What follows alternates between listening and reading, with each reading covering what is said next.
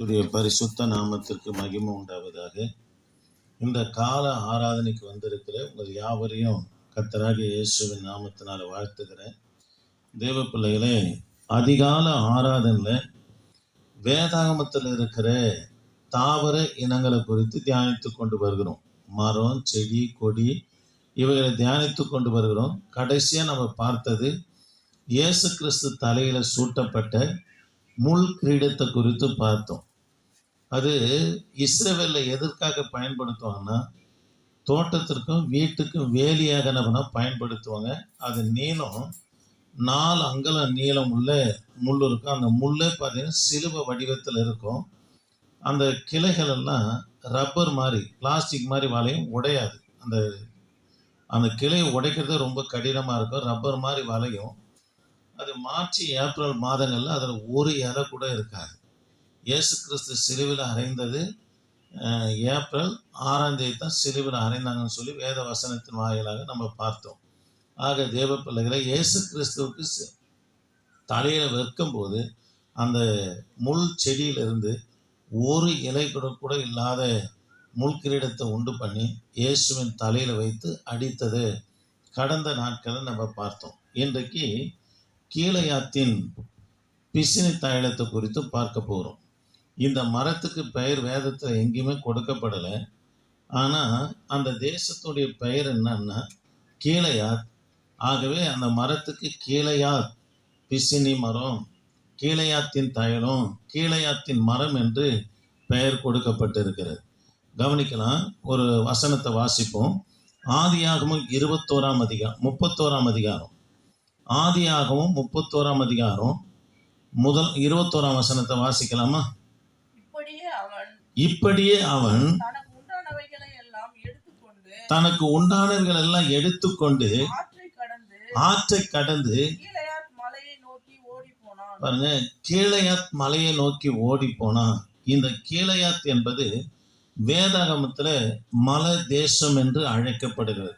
சரி, எதுக்காக கீலேயாத்துல பிசினி தைலம் இல்லையோ, கீலேயாத்துல ரணவைதம் இல்லையோ என்று சொல்லப்படுவதற்கு காரணம் என்னன்னா, இந்த மரம் 10 அடி இல்லை 12 அடி உயரம் தான் இருக்கும். இந்த மரம் எங்க மட்டும்தான் வளருன்னா, வேற எந்த இடத்துல பயிரிட்டாலும் இந்த மரம் வளரல. கீலேயாத் மலை தேசத்துல மட்டும்தான் இந்த மரம் இருந்ததுனால இதுக்கு பெயரே என்ன மரம் வந்துச்சுன்னா கீலேயாத்தின் மரம், கீலேயாத்தின் பிசினி, கீலேயாத்தின் ரண வைத்தியர்கள் என்று பெயர் வந்தது. புரியுதுங்களா சொல்றது? அல்லேலூயா. இந்த மரத்துக்கு வேதாந்தத்துல பெயர் கொடுக்கப்படலை. இந்த மரம் எங்க மட்டும்தான் வளரன்னா மலை தேசம் என்று அழைக்கப்படுகிற கீலேயாத்துல மட்டும்தான் வரும். அதுவும் விதையும் மூலமா தான் வருமே தவிர கிளைகளை வெட்டி வைத்தா கூட வராது. ஆகவே அது அந்த இடத்துல மட்டும் வளர்கிறதுனால அதுக்கு என்ன மரம் பெயர் வந்தது? கீலேயாத்தின் மரம் என்று பெயர் வந்தது. சரி, வேதாந்தத்தில் ஒரு பகுதியை பார்த்துட்டு இந்த மரத்தை குறித்து நம்ம பார்க்கலாம். எரேமியா தீர்க்க தரிசன புஸ்தகம், எரேமியா தீர்க்க தரிசன புஸ்தகம் 20ஆம் அதிகாரம். இந்த மரத்தை குறித்து நம்ம இன்னும் பார்க்கலாம். ஒரு சம்பவத்தை மாத்திரம் நம்ம தியானித்து வேதாந்தத்துல இருந்து இது எதற்கெல்லாம் இந்த கீலேயாத்தினுடைய மரத்தை குறித்து சொல்லப்பட்டு இருக்கிறது என்று நாம் பார்க்க போகிறோம். எரேமியா தீர்க்க தரிசன புஸ்தகம் 20ஆம் அதிகாரம் 20லேருந்து 22 வரைக்கும் நீங்க வாசித்து பார்ப்போம்னா, வாசிக்கலாமா? 20ஆம் அதிகாரம் 20லேருந்து 22. சரி, ஒரு நிமிஷம் இருங்க, ஒரு நிமிஷம் இருங்க. இல்லைம்மா, அதுக்கு வசனம் வரும். சரி, 18ஆம் அதிகாரமா பாருங்க, 18ஆம் அதிகாரமா பாருங்க, 20லேருந்து 22 வரைக்கும். மன்னிக்கணும், 8ஆம் அதிகாரம் 8ஆம் அதிகாரம் கொஞ்சம் சீக்கிரம் வாசிக்கலாம்.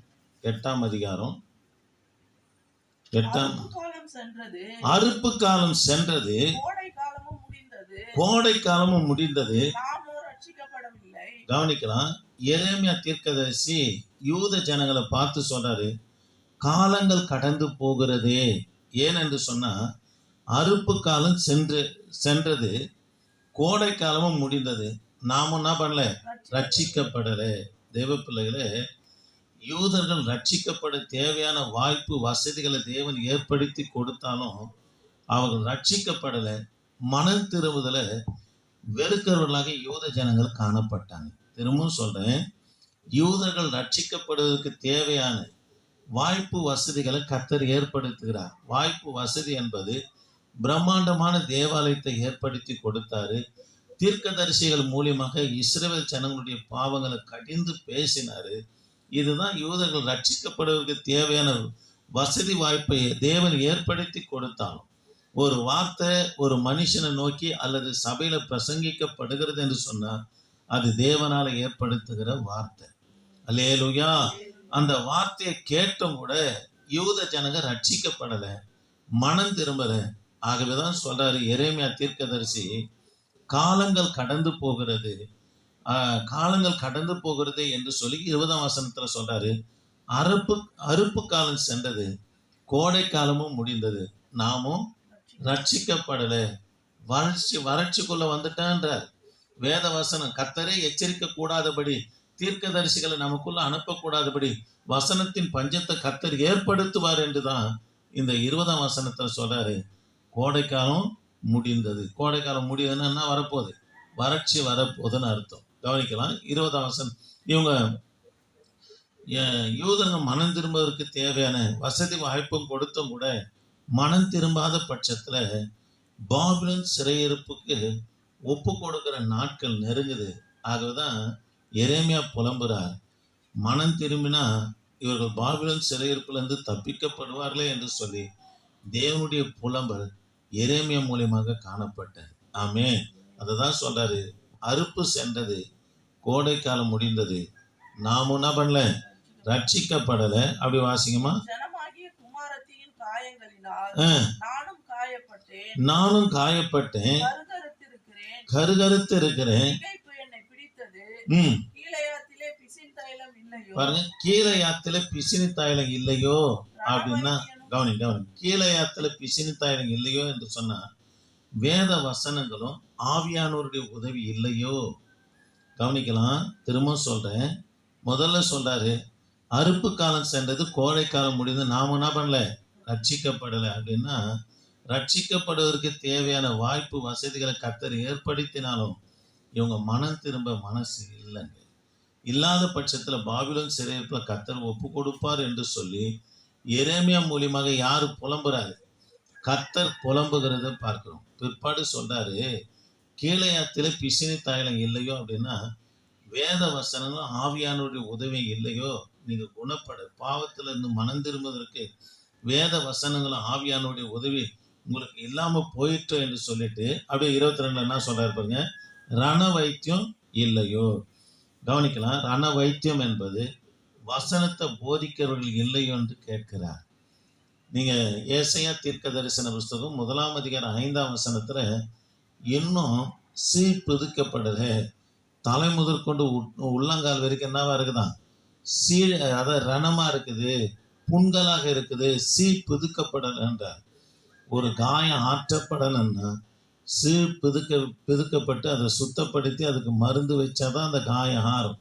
இல்லை பிதுக்கப்படாம மேல மருந்து வச்சுன்னு வச்சுங்க, மேல் பூச்சா சுகமாக தவிர உள்ள அது புடம் வச்சுன்னு உள்ள வச்சுன்னு போய்க்கினே இருக்கும். தேவ பிள்ளைகளே, இதைதான் 22ஆம் வசனத்துல சொல்றாரு, ரண வைத்தியனும் அங்கு இல்லையோ? ரண வைத்தியம் என்பது வேத வசனத்தை போதிக்கிறவர்கள், வேத வசனம் தாங்க. இதைதான் எபிரேயருக்கு நிருபத்துல வேத வசனத்தை குறித்து சொல்லப்படுது, அது இருபுறமும் கருக்கொள்ளப்பட்டேமா, ஊனையும் கணுக்களையும் உருவ குத்துகிறதா இருக்குதான். அது எந்த பட்டயத்துல அது என்னவானதான்? கூர்மையானதான். ஆக எனக்கு அன்பான தேவ பிள்ளைகளை, இந்த வேத வசனம் தான் ஒரு மனுஷனை சுத்தப்படுத்தும். ஆமாங்க, இந்த வேத வசனம் தான் ஒரு மனுஷனை சுத்தப்படுத்தும். உங்களுக்கு சொல்லி இருக்கிறேன், அந்த எபிரேய வேதாந்தத்தை நடத்தும் போது, அது இருபுறமும் கருக்குள்ளப்பட்டையும் அது ஊனையும் கணுக்களையும் உருவ குத்தி எல்லாத்தையும் எடுக்கும் என்று சொல்லப்பட்டது. யூதருங்க 3 வேளையும் மாட்டு இறைச்சி சாப்பிடுவாங்க. மாட்டு இறைச்சி சாப்பிடும்போது இப்படி பெண்டா இருக்கிற, அதாவது நீளமா இருக்கும், அந்த கத்தி இப்படி பெண்டா இருக்கும், 2 சைடும் ஷார்ப்பா இருக்கும், முனையில கூர்மையா இருக்கும். அவங்க அந்த எலும்புக்குள்ள அந்த கத்தியை விட்டு 2 திருவி இப்படி தட்டினாங்கன்னா உள்ள இருக்கிற எல்லாமே என்ன பண்ண வந்துடும். அதே போலதான் கர்த்தருடைய வசனமும் இருபுறமும் கருக்குள்ள பட்டயம் உள்ள போச்சுன்னா ஒரு மனுஷனுக்குள்ள இருதயத்துக்குள்ள ஊடுருவி போமனா அவனுக்குள்ள இருக்கிற பாவம் எல்லாம் வந்துடுன்றார். ஆக தேவ பிள்ளைகளே, கர்த்தருடைய வார்த்தைக்கு யார் நடுங்கிறாங்களோ இடம் கொடுக்குறாங்களோ அவங்களுக்குள்ள பாவம் பிரவேசிக்காது. அந்த பாவத்தை எது வெட்டி எடுக்கும்? வேத வசனம் வெட்டி எடுக்கிறதாய் காணப்படும். ஆமென், அல்லேலூயா. சார், முதலாவது காரியம் சொல்றாரு, காலம் கடந்து போகிறது, பிசினி தாயிலும் இல்லையோ வேத வசனங்களை போதிக்கிறவர்களும் வேத வசனங்களும் ஆவியானுடைய உதவி இல்லாம போயிட்டோ. ரண வைத்தியனாங்க இல்லையோ. ரண வைத்தியனா யாரு? ஊழியக்காரன். வேத வசனத்தை பிரசங்கிருக்கிறவன் தாங்க ரண வைத்தியன். ரண வைத்தியன். அல்லேலூயா. தேவ பிள்ளைகளே, எங்கள் ஊரில் மதுரையில் பக்கத்தில் செட்டியாவரம்னு ஒரு இடம் இருக்குது. அதுக்கு மருந்து பேர் செட்டியாவரத்து மருந்துன்னுவாங்க. இப்போ தான் ஜனங்கள்லாம் பாதரட்சி போட்டுலாம் நடக்கிறாங்க. இப்போலாம் ஒன்றும் கிடையாது. முள் பொறுக்க இது மாதிரிலாம் வெளியில் போய் வேலை செய்வாங்க. சேம்பர்லாம் காலில் அடிப்பட்டு சீல் பிடிச்ச பிற்பாடு அந்த செட்டியாவரத்துக்கு தான் போகும். பச்சை துடிக்க அறுத்துட்டு அந்த மருந்து வச்சோன்னா சரியாயிடும். பாருங்க, ரண வைத்தியம். அதாவது ரண வைத்தியம் யாரு? வேத வசனத்தை போதிக்கிறவன் தான் ரண வைத்தியம். சில வார்த்தை பேசும்போது குத்தலாக தான் இருக்கும். சில வார்த்தை பேசும்போது இருதயம் வலிக்க தான் செய்யும். எதுக்காகன்னா காயத்தில் இருக்கிற அதாவது அழுக்கை எடுக்கும் போது சரீரத்தில் என்ன உண்டாகும்? வலி உண்டாக தான் செய்யும். ஆனால் அது சுகமாயிடும். ஆமே. பாருங்க, 22ஆம் வசனத்தை முடியுமா?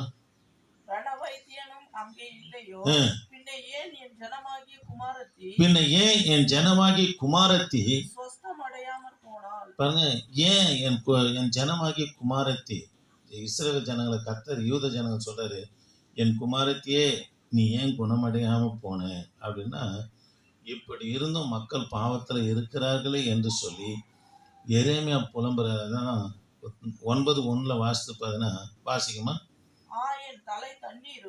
என் தலை தண்ணீரும்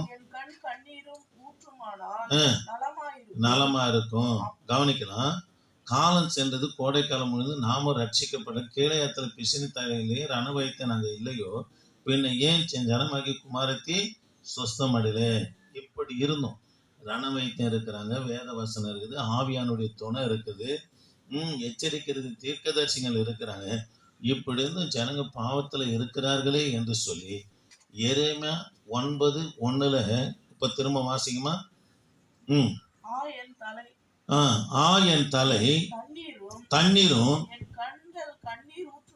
கண்ணீர் ஊற்றுமானா நலமா இருக்கும் என்று சொல்ற புலம்புற. இது எல்லா வசதிகளும் மனம் திரும்புவதற்கு தேவையான வாய்ப்புகளும் கிருபைகளும் இரக்கங்களும் கிடைத்தும் கூட திரும்பலையேன்னு சொல்லி அவர் என் தலை தண்ணீர்னால என் கண் கண்ணீர்னால இருந்தா நலமா இருக்கும் என்று எரேமியா புலம்புகிறது பார்க்கிறோம். ஆமே, அல்லேலூயா.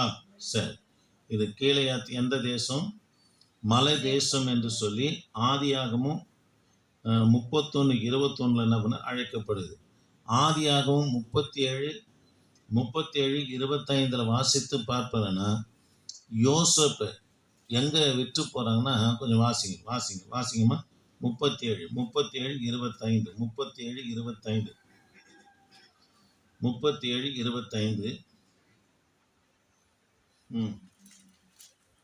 பின்பு அவர்கள் போஜனம் செய்யும்படி உட்கார்ந்தார்கள். அவர்கள் தங்கள் கண்களை ஏறெடுக்கும் போது இதோ கீழையாத்திலிருந்து வருகிற இஸ்மவேலருடைய கூட்டத்தை கண்டார்கள். சரி, கவனிக்கலாம். கீழையாத்துல மலை தேசத்திலிருந்து வருகிற இஸ்மவேல் கூட்டத்தாரை கண்டு அவங்களிடத்துல யாரை விற்று போறாங்க? யோசேப்பை விற்று போடுகிற சம்பவத்தை பார்க்கிறோம். அல்லேலூயா. சரி, இந்த கீழையாத்து எங்க இருக்குதுன்னா, இந்த மலை தேசம் எங்க இருக்குதுன்னா, யோர்தானை தான்னா கானான் தேசத்துக்குள்ள பிரவேசிக்கலாம். யோர்தானுக்கு முன்னாடி இருக்கிற தேசம் தான் கீழையா தேசம் என்று அழைக்கப்படுகிறது. இது அதுக்கு அடையாளமாக நியாயாதிபதிகளின் புத்தகம் 5ஆம் அதிகாரம் 17ஆம் வசனத்துல யோர்தானுக்கு இந்த பகுதியில் இருக்கிறது என்று சொல்லி கீழையாத் தேசத்தை குறித்து நம்ம சொல்லப்படுகிறது. இது நல்லா செழிப்பா இருக்கும். இந்த இடத்துல மறுத்து வச்சுங்க என்ன பண்ணனா, சின்ன சின்ன குடிசைகள் போட்டு மருத்துவம் பார்த்தாங்க. இது ஆமோஸ் தீர்க்க தரிசன புஸ்தகம் 1 அதிகாரம் 13 கொஞ்சம் எடுத்துக்கலாமா? ஆமோஸ் தீர்க்க தரிசன புஸ்தகம் 1 அதிகாரம் 13 வசனத்தை எடுத்துக்கலாம், கவனிக்கலாம். இந்த யோர்தானுக்கு அந்த கரையில் என்ன இருக்குது? கீழையாத்து தேசம், மலை தேசம் இருக்குது. அந்த இடத்துல பார்த்தீங்கன்னா நல்ல மூலிகை செடிகளாகவே இருக்கும், மூலிகை மரங்களாகவே இருக்கும். அதனால மருத்துவ வச்சு என்ன பண்ணுவோம்னா, அந்த யோர்தான கரைக்கு அந்தாண்டு சின்ன சின்ன குடிசை போட்டு மருத்துவம் பார்த்துன்னு இருப்பாங்க. குழந்தை பிரசவிக்கும் போது அது ரொம்ப கடினமாக இருந்ததுன்னா ஒரு விதமான மூலிகை செடி கொண்டு வந்து கசக்கி அந்த கர்ப்பிணி பெண் வயிற்றிலும் நாவலையும் விடுவார்கள்னா லகுவாக குழந்தை பிறக்க முடியாது செய்யப்படும். அது மாத்திரம் இல்லை, குழந்தை பிறந்து சளியோ இரும்புல இருந்து மூச்சு திணறும் போது ஒரு 2 சொட்டு எடுத்து அந்த சாரை கசக்கி 2 சொட்டு மூக்கில் விட்டாங்கன்னா உடனே மூக்கு துவாரம் திறக்கப்பட்டு நல்ல குழந்தைக்கு மூச்சு அதாவது வருவதற்கு ஏற்றதாய் காணப்படும். ஆகவே தான் அந்த இடத்துல என்ன யாரு குடிசை போட்டு மருத்துவம் பார்த்தது? மருத்துவ சிறிகள் குடிசை போட்டு நம்ம மருத்துவம் பார்த்த வாசிக்கலாமா? ஆமோஸ் 1:13. ஆமோஸ் 1:13. கர்த்தர் சொல்லுகிறது என்னவென்றால், அம்மோன் புத்திரரின் 3 பாதங்கள் நிமித்தம் 4 பாதகங்களின் நிமித்தமும் நான் அவர்களை ஆக்கினைக்கு திருப்ப மாட்டேன். அவர்கள் தங்கள் எல்லையை விஸ்தாரமாக்கும்படிக்கு கீலேயாத் தேசத்தின் கர்ப்பஸ்திரீகளை கீறி போட்டார்கள். அம்மோன் புத்திரர் என்ன பண்ணாங்கன்னா, அந்த சைடு தான் அம்மோன் புத்திரர் இருக்கிறாங்க. கீலேயாத் மலை தேசத்துக்கு பிற்பாடு அந்த அம்மோன் தேசம் இருக்கிறாங்க. அவங்க என்ன பண்ணாங்க, தங்கள் எல்லைகளை விரிவாக்கும்படி இந்த குடிசை போட்டு மருத்துவம் பார்த்து கொண்டு இருக்கிற அந்த ஸ்திரீகள் எல்லாம் என்ன பண்ணா அடிச்சு துரத்துறாங்க. நடக்க முடியாதவங்கள இந்த அம்மோன் புத்திர கர்ப்பிணி பெண்கள் என்ன பண்ணாங்களாம், கீறி போட்டார்கள் என்று சொல்லி ஆமோஸ் 1:13 என்ன பண்ண வாசிக்கிறோம். ஆமே. சரி, இந்த கீலேயாத் மரத்துல இருந்து தைலம் வரும். அந்த தைலம் பார்த்தீங்கன்னா எப்பேற்பட்ட வெட்டு காயத்திற்கும் நல்ல மருந்தாய் காணப்பட்டது. இஸ்ரவேல்ல வெட்டு காயத்துக்கு அவங்க எந்த தைலத்தை பிசினை நம்பிக்கின்னு இருப்பாங்கன்னா, கீலேயாத்துடைய பிசினை தான் நம்புவாங்க. அது கீறி விட்டா 2 சொட்டு இல்லை 3 சொட்டு தான் வரும், அதுக்கு மேலே ஒரு நாளைக்கு வராது. அதை நம்பிக்கின்னு இருப்பாங்க. எப்பேற்பட்ட காயமாக இருந்தாலும் அந்த கீலேயாத்துடைய பிசினை இப்படி தடவின உடனே ரொம்ப சீக்கிரத்தில் அது நம்ம குணமாற்றக்கூடியதாய் காணப்பட்டது. ஆமே. பிற்பாடு இந்த கீலேயாத்துடைய மரத்துக்கு ஓய்வே இருக்காது. ஏன் அதுக்கு ஓய்வு இருக்கான்னு சொல்லப்பட்டிருந்தா, அந்த மரத்துக்கு மட்டும் ஒரு காலம் இலை உதிர்வே இருக்காது. அந்த மரத்துக்கு என்ன இருக்காது? இலை உதிர்வே இருக்காது. அந்த மரத்துக்கு வறட்சியே இல்லை. அந்த மரம் 10 அடியிலேருந்து 12 அடி உயரம் தான் வளரும். அந்த மரத்துடைய இலை பார்த்தீங்கன்னா வெள்ளை நிறத்தில் காணப்படும். பழம் சிவப்பாக இருக்கும். சாப்பிடுவதற்கு சுவையாகவும் காணப்படும்.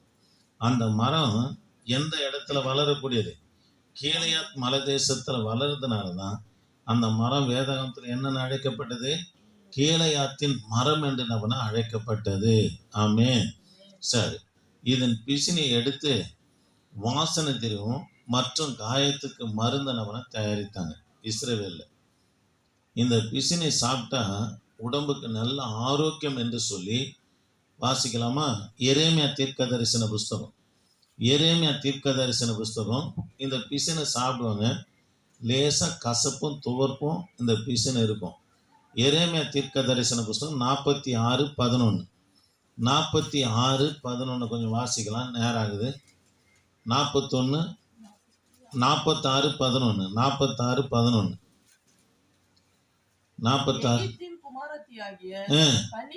கன்னிகையே, நீ கீலேயாத்துக்கு போய் பிசினி தைலம் வாங்கு. பாருங்க, நீ எவ்வளவுதான் உன்னை அழகுபடுத்தினாலும் ஆரோக்கியப்படுத்தினாலும் கண்ட மருந்தெல்லாம் வாங்கி உனக்கு கெடுத்துக்காத. எங்க புறப்பட்டு போன எகிப்து சிறிய சொல்றாரு, நீ கீலேயாத்துக்கு போ, அங்க இருக்கிற பிசினி தைலத்தை வாங்கி நீ சாப்பிட்டேன்னா உனக்கு நல்ல ஆரோக்கியம் அழகும் உண்டாகும் என்று எரேமியா அந்த இடத்துல சொல்றாரு. 51:8 கொஞ்சம் வாசிக்கலாமா? 51:8 51:8 வாசிக்கலாம். 51:8 கொஞ்சம் வாசிக்கலாம். 51:8 பாபிலோன் சடிதியில் விழுந்து தகர்ந்தது. பாபிலோன் விழுந்து தகர்ந்தது. அதற்காக அலறுங்க. அது நோவை ஆற்ற பாருங்க. பாபிலோன் ஒரு நாள்ல விழும், அதுக்கு பிசினி தைலம் போடுங்கன்னா தேவனுடைய வார்த்தையை கொண்டு எச்சரிங்கள் என்று எரேமியா அந்த இடத்துல புலம்புகிறார். ஆமே. சரி, நான் முடிக்கிறேன். என்னாகமும் 32:1, என்னாகமும் 32:1, உபாகமும் 3:12. என்னாகமும் 32:1, உபாகமும் 3:12 நீங்க வாசித்து பார்ப்போம்னா, ஏசர் தேசமும் கீலேயா தேசமும் யாரு குடியிருந்தாங்கன்னா, இந்த கீலேயா தேசத்துல ரூபன் கோத்திரத்தார் தான் குடியிருக்கிறாங்க. அவங்க எகிப்துல இருந்து புறப்பட்டு வராங்க. புறப்பட்டு வரும்போது ரூபன் கோத்திரத்தார் காத்து கோத்திரத்தார் இடத்துல அதிகமான திரளான ஆடு மாடுகள் இருந்ததுனால, இங்க செல்வ செழிப்பா இருந்ததுனால, இது என்னது எப்படி இருக்கும்? நல்ல செல்வ செழிப்பா இது யோர்தானுக்கு இந்த பக்கம் இருந்ததுனால ரூபன் கோத்திரத்தார் சொல்றாங்க, நாங்க என்ன பண்றோம், இங்கேயே குடியிருக்கிறோம்னு சொல்லி யோசுவா இடத்துல கேட்டு உபாகமும் 3:12 இவங்க எங்க குடியிருந்தாங்க? கீலேயா தேசம் யாருடைய பங்கா ஆனதுன்னா ரூபன் கோத்திரத்துடைய பங்காய் காணப்பட்டது. ஆமே. அல்லேலூயா. அதனால தேவ பிள்ளைகளே, கீலேயாத்தினுடைய பிசினி தாயனம் எரேமியா புலம்புறாரு பாருங்க. கீலேயாத்தின் பிசினி தாயனம் இல்லையோ அப்படின்னா வேத வசனங்களும் ஆவியானுடைய உதவி உனக்கு இல்லாம போயிட்டோ. ரண வைத்தியம் அங்க இல்லை. ரண வைத்தியம் என்பது வேத வசனத்தை போதிக்கும். வேத வசனத்தை போதிக்கும் போது சிலர் மேல் பூச்சா பூசுவாங்க. விசுவாசி கோச்சிக்குமோ, ஏந்து போயிடுமோ, நின்றுமோ, சபையை விட்டு போயிடுமோ. பாருங்க, வேத வசனம் தான் ஒரு மனுஷனை, அதாவது ஆரோக்கியம் உள்ளவனா மாற்றும். அதாவது நற்கிரியம் செய்கிறதுக்கு தகுதி உள்ள பாத்திரமா எது மாற்றம்னா வேத வசனம் மட்டும்தான். இந்த வேத வசனத்துல ஆரோக்கியம் இருக்குது, சுகம் இருக்குது. இன்னொரு பின்னணி ஒரு மூலமொழி ஆசிரியர் சொல்றாரு, கீலேயாத் இயேசுவுக்கு அடையாளமா இருக்குதான். ஆண்டவர் ஒரு வார்த்தை சொன்னா வேலைக்காரனுடைய வியாதி சுகமாகுது. அதே போல இது எப்பேற்பட்ட காயமாக இருந்தாலும் சுகமாக்குறது போல கர்த்தருடைய வேத வசனம் தாங்க நம்மளை காயத்தை சுகமாக்கும். கர்த்தருடைய வேத வசனம் தான் நமக்குள்ள பரிசுத்தத்தை உண்டாக்கும். கர்த்தருடைய வேத வசனம் தான் நம்மளை குணப்படுத்தி தேவனுக்கு நேராக வழி நடத்தும். ஆமென். சரி, முழங்கால் படியில்லாமா? முழங்கால் படியில்லாமா? ஆண்டவரை நோக்கி பார்க்கலாம்.